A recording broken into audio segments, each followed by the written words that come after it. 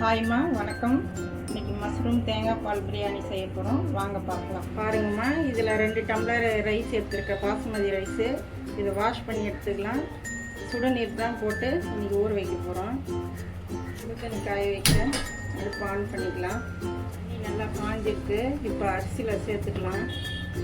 இந்த தண்ணி தான் ஊற வைக்கணும்.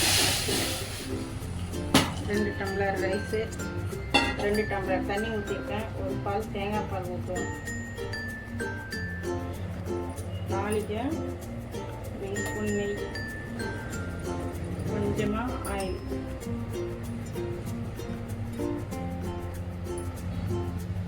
தேவையான அளவு பட்டை, கிராம்பு, ஏலக்காய், கல்பாசி, பிரியாணி இலை சேர்த்துக்கலாம்.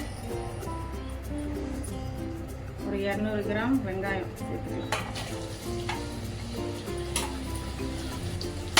நல்லா கலந்து வச்சுக்கலாம். கோல்டன் ப்ரௌன் ஆயிடுச்சு வெங்காயம். நம்ம இஞ்சி பூண்டு பேஸ்ட் போட்டுக்கலாம்.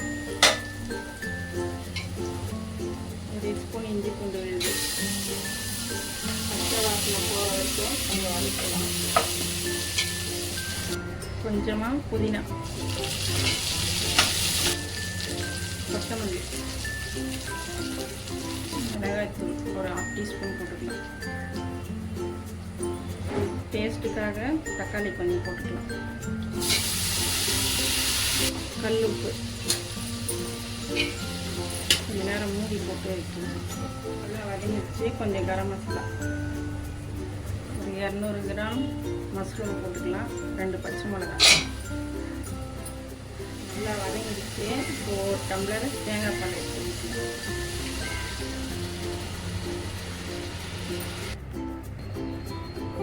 பாருங்க, ஊற வச்ச அரிசியை 2 டம்ளர் அரிசி சேர்த்துட்டோம். நம்ம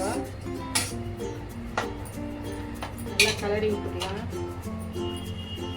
மூடி போட்டு மூடி வச்சு ஒரு 5 நிமிஷம் இருக்கும். ரெடி ஆயிடுச்சு. இப்போ தம் போட்டுக்கலாம். கொஞ்சம் கொத்தமல்லி மேலே போட்டுக்கலாம். தம் போகிற ஸ்டேஜ் போட்டுக்கலாம்.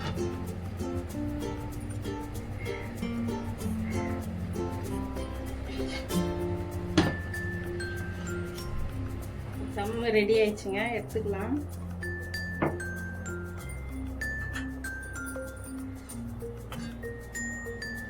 சூப்பராக வந்துருக்குங்க சாதம் மஷ்ரூம் பிரியாணி.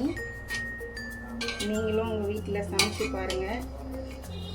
டேஸ்ட் எப்படி இருக்குன்னு சொல்லுங்கள். பாருங்கள், நல்லா இருக்குது, வந்துருக்கு, பூ போல் வந்துருக்கு. நீங்களும் செஞ்சு பாருங்கள். அடுத்த வீடியோவில் பார்ப்போங்க. தேங்க்யூ.